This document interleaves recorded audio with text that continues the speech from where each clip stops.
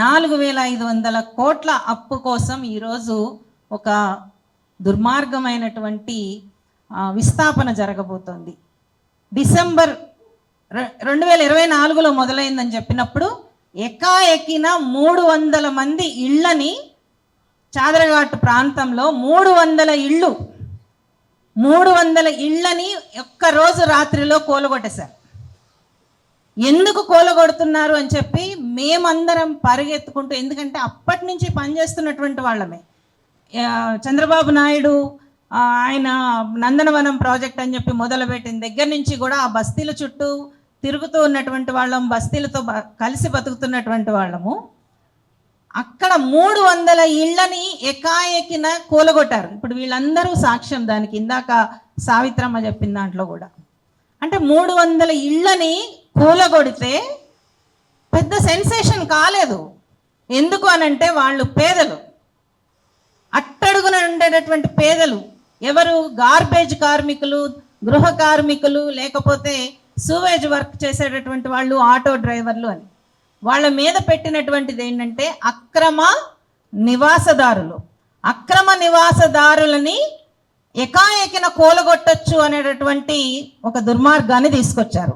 దాన్ని మనము అక్రమ నివాసదారులని మొన్న ఖమ్మంలో ఏం జరిగిందో కూడా చూసాం. అంటే 2 ఏళ్ల క్రితమే దానికి పునాది ఇక్కడ మూసీ ఒడ్డున పడింది.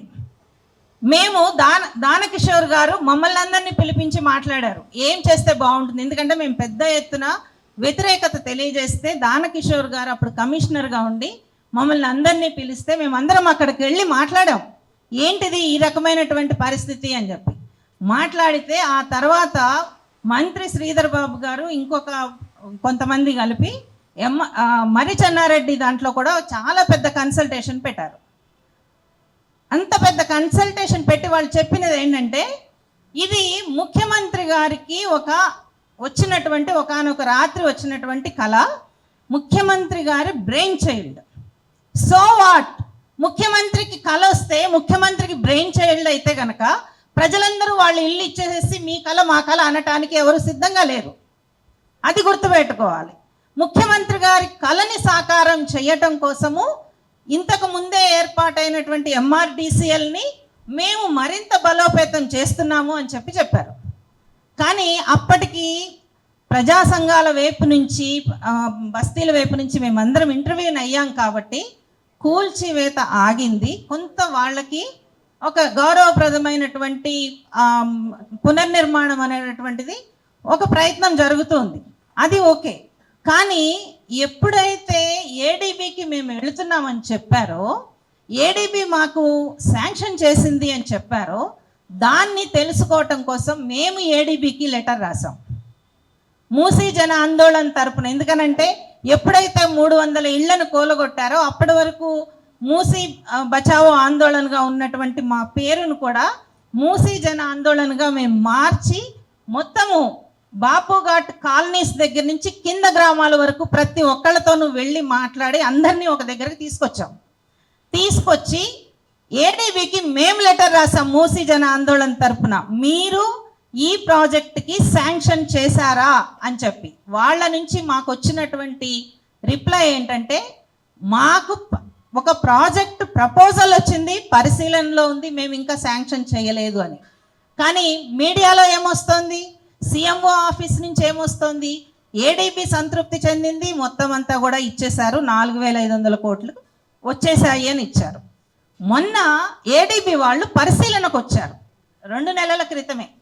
వచ్చినప్పుడు వాళ్ళని మేము అక్కడే కలిసాం, బాపుఘాట్ దగ్గర. వాళ్ళని లిటరల్గా చేసి స్కూటర్ల మీద పరిగెత్తించి వాళ్ళ కార్లు ఆపి మేము వాళ్ళను పట్టుకుంటే వాళ్ళు మేము మీతో కన్సల్టేషన్ కూర్చుంటాము అని చెప్పి వాళ్ళు వచ్చి కూర్చున్నారు.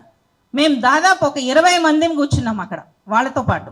వాళ్ళ రిప్రజెంటేటివ్స్ వచ్చి మాట్లాడి చెప్పింది ఏంటంటే, వాళ్ళ పాలసీ అంతా చెప్పారు, వాళ్ళు ఇంతవరకు కూడా ఏ రకమైనటువంటి సంతకం పెట్టలేదు, వాళ్ళ పరిశీలనలో ఉన్నది అని మళ్ళీ చెప్పారు. వాళ్ళు ఇంతవరకు కూడా అప్రూవ్ చేయలేదు. అప్రూవ్ చేయటానికి వాళ్ళకు ఉండేటటువంటి పారామీటర్స్ వేరే ఉన్నాయి. ఆ పారామీటర్స్ అన్నిటినీ వీళ్ళు మీట్ అవ్వటానికి వీళ్ళ ప్రయత్నం వీళ్ళు చేయాలి. ఒకటి అదైతే, వాళ్ళు వచ్చిన వాళ్ళు చాలా సంతృప్తి చెందారు, ఇచ్చేసాము అన్నట్టుగా మళ్ళీ వస్తుంది. ఇప్పుడు అతి పెద్ద కుట్ర ఏమున్నదంటే ఈ మొత్తం మూసీ డెవలప్మెంట్ దాంట్లో డిసెంబర్ 18వ తేదీన ఒక గెజెట్ వచ్చింది. అంటే గెజెట్లోకి రావటం అంటే ఇక్కడున్న అందరికీ తెలుసు, బహుశా ప్రజలకు తెలియకపోవచ్చు కానీ రాజకీయ నాయకులందరూ ఇక్కడ చాలామంది పెద్దవాళ్ళు ఉన్నారు, వాళ్ళందరికీ తెలుసు. అంటే గెజెట్లోకి తీసుకొచ్చి వాళ్ళు ప్రకటించినటువంటి ప్రాపర్టీస్ 10,017 ప్రాపర్టీస్, దాంట్లో స్ట్రక్చర్స్ ఉన్నాయి. మొత్తం ఎక్స్టెంట్ ఎంత ఉన్నది అని అంటే 3,279 ఎకరాల 19 గుంటల స్థలము. ఎక్కడి నుంచి మొత్తం ప్రాజెక్ట్ మొత్తం అంతా కూడా. కానీ దాన్ని కుట్ర ఏమిటంటే ఈ మొత్తం ఎక్స్టెంట్ అంతా కూడా ముక్కలు ముక్కలుగా చేశారు, ఫేజ్ వైజ్గా చేశారు, ఒక్కొక్క ప్రాజెక్ట్ కింద చూపిస్తున్నారు. అంటే గాంధీ సరోవర్ ప్రాజెక్టు వేరు, మూసి సుందరీకరణ వేరు, లేకపోతే ఎస్టీపీలు వేరు, ఆ తర్వాత కింద ఉండేటటువంటి గ్రామాల కత్వాలకు సంబంధించినటువంటి విషయం వేరు. దీనివల్ల ఏమవుతుంది అని అంటే ఎక్కడా కూడా సోషల్ ఇంపాక్ట్ సర్వే చేయటానికి కానీ అభిప్రాయాలు తీసుకోవటానికి కానీ ఏ రకమైనటువంటి అవకాశం ఉండదు. అంటే ఒక పెద్ద ప్రాజెక్టుని దానికి ప్రభావితమయ్యేటటువంటి ప్రజలు 1,00,000 మందికి పైగా ఉన్నటువంటి ప్రజలని విడగొట్టడం ద్వారా వాళ్ళు ఏ రకమైనటువంటి రాజ్యాంగపరమైనటువంటి అంశాలని చెయ్యటానికి సిద్ధంగా లేరు అని చెప్పి మనం క్లియర్గా అనుకోవాలి. దానికి వివిధ రకాలైనటువంటి జీవోలు తీసుకొస్తున్నారు, అన్ని రకాలైనటువంటి బెదిరింపులు నడుస్తున్నాయి. అన్ని అంటే ప్రజలని మభ్యపెట్టడం. ఇది ఒక్క చాదరఘాట్ బస్తీల సమస్య ఇది చాదరఘాట్ 30 ఏళ్ల నుంచి నడుస్తున్నది. వీళ్ళు 30 ఏళ్ల నుంచి చేస్తున్నటువంటి ఉద్యమమే ఈరోజు ఇక్కడ నిలబడి మాట్లాడటానికి ప్రతి ఒక్కళ్ళకి అవకాశం ఇస్తుంది. కానీ చాదరఘాట్ని కూలగొట్టడానికి వాళ్ళకి నిమిషాల మీద పని, ఎందుకంటే వాళ్ళు పేదవాళ్ళు కాబట్టి. కానీ ఇప్పుడు సమస్య ఎక్కడొచ్చింది అని అంటే మధ్యతరగతి ఉన్నత తరగతి ఉన్నటువంటి వాళ్ళ దగ్గర సమస్య వచ్చింది. ఒక్కసారి మేము మధు పార్క్ రిడ్జ్ కూలగొడతాము అని చెప్పి ఎప్పుడైతే రెవెన్యూ వాళ్ళు ఇచ్చారో దాన్ని అడగటానికి మేమందరం కూడా ఇక్కడే ప్రెస్ మీట్ అయింది ఒక 15-20 రోజుల క్రితం. కరెక్ట్గా మధు పార్క్ రిడ్జ్ పేపర్లో వచ్చినటువంటి 2వ రోజు ఇక్కడ ప్రెస్ మీట్ అయింది. 100 మంది ప్రెస్ మీట్కి వచ్చారు, రౌండ్ టేబుల్కి కాదు, 100 మంది ప్రజలు వచ్చి ప్రెస్ మీట్లో మాట్లాడారు ఇక్కడ. ఆ ప్రెస్ మీట్ తర్వాత మేము MRDCL MD గారి దగ్గరికి వెళ్ళాం, నరసింహారెడ్డి గారి దగ్గరికి.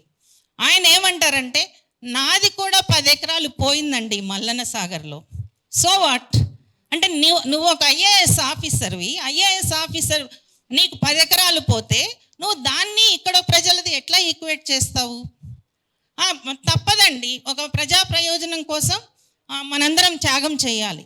అట్లా మాట్లాడద్దు. మొట్టమొదటిది నువ్వు అధికారిగా ఉన్నప్పుడు నువ్వు అట్లా మాట్లాడద్దు. త్యాగం చేయమని చెప్పేటటువంటి హక్కు ఎవరికీ లేదు. ప్రజలు స్వచ్ఛందంగా నిర్ణయించుకుని దీంట్లో మేము పార్టిసిపేట్ చేస్తాము అని అనాలి అని అంటే ప్రభుత్వాల వైపు నుంచి చేయాల్సినటువంటి రాజ్యాంగబద్ధమైనటువంటి పనులు చాలా ఉంటాయి. అవి ఏమీ చేయకుండా, ఏ రకమైనటువంటి నోటీస్ ఇవ్వకుండా, ఏ రకమైనటువంటి నోటీస్ కాదు అసలు ముందు ఒక కన్సల్టేషన్ లేకుండా ఈరోజు ఇంత పెద్ద విస్థాపనని పూనుకున్నారు అని అంటే ఇది ఏమర్థం దాని అంటే మూసి మాది, మా ప్రభుత్వానిది, మేము ప్రభుత్వంలో ఉన్నాం కాబట్టి ఏ భూమినైనా మేము తీసుకుంటాము అంటే ఇక్కడ మేము మానవ హక్కుల కార్యకర్తలుగా ఒక్కటే చెప్తున్నామండి, మేము ఏ రాజకీయ పార్టీకి సంబంధించినటువంటి వాళ్ళం కాదు. రాజకీయ పార్టీలు మంచి ప్రయోజనాత్మకమైనటువంటి పథకాలు తీసుకొస్తే దాన్ని ఆహ్వానించినటువంటి వాళ్ళమే, వ్యతిరేకించినటువంటి వాళ్ళమే, ఏ రకమైనటువంటి ఇది లేకుండా విమర్శించగలిగినటువంటి వాళ్ళం కూడా తీసుకునేటటువంటి చర్యల్ని. అంటే మూసి మేము అధికారంలో ఉన్నాం కాబట్టి మాది, మేమేమైనా చేస్తాం, ఈ మూసీ మీద మేమేమైనా చేస్తాం. ఏం చేయగలుగుతారు? మూసీ గురించి అసలు ఏం తెలుసు? మూసీ అనే దాన్ని ఒక నదిగా మీరు గనక ట్రీట్ చేసి ఉండుంటే మీరు దాన్ని ఒక విహారయాత్రకు సంబంధించిన విషయంగా చూసుండేటటువంటి వాళ్ళు కాదు. మూసీని సుందరీకరణ అనేటటువంటి పేరుతో చాలా పెద్ద మాయ చేస్తున్నారు. మూసీకి కావలసింది సుందరీకరణ కాదు, మూసీని మూసీగా బతకనివ్వటం. మూసీకి కూడా జీవించేటటువంటి హక్కు ఉంది.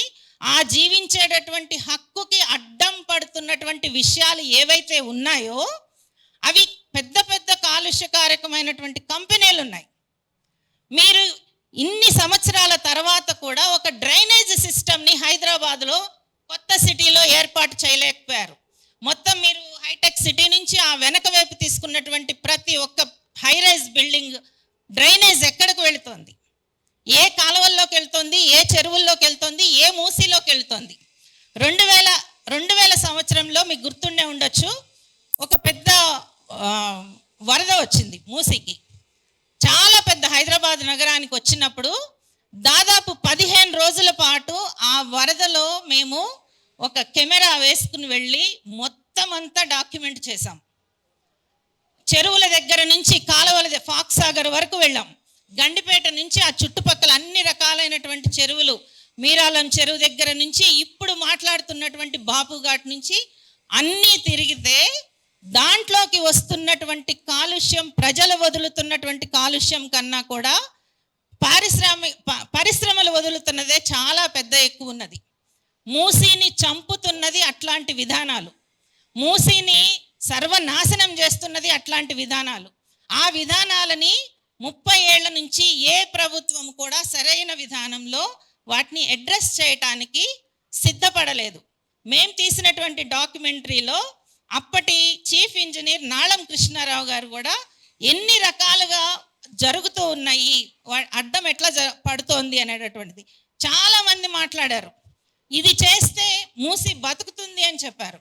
కానీ అవి చెయ్యటానికి, అవి వినటానికి, వాటిని అర్థం చేసుకోవటానికి రాజకీయ పార్టీలకి మనసు లేదు, మనసు రాదు అనేటటువంటిది చాలా గట్టిగా అర్థమైంది. ఇప్పుడు నిలబడాల్సింది ప్రజలు మాత్రమే. నివాస హక్కు మాత్రమే కాదు, ఇది జీవించే హక్కు కూడా. ఈ జీవించే హక్కుకి ఎవరు అడ్డుపడినా సరే దాన్ని కొట్లాడటానికి వాళ్ళకి సంపూర్ణమైనటువంటి హక్కు ఉంటుంది. అట్లానే వాళ్ళకి నిలబడాల్సినటువంటి బాధ్యత కూడా మాలాంటి కేవలం మానవ హక్కుల కార్యకర్తల మీదే కాదు, మీలాంటి రాజకీయ నాయకులు అందరి మీద ఉంటుందని చెప్తూ నాకు ఈ అవకాశం ఇచ్చినందుకు తమ్ముడికి కృతజ్ఞతలు.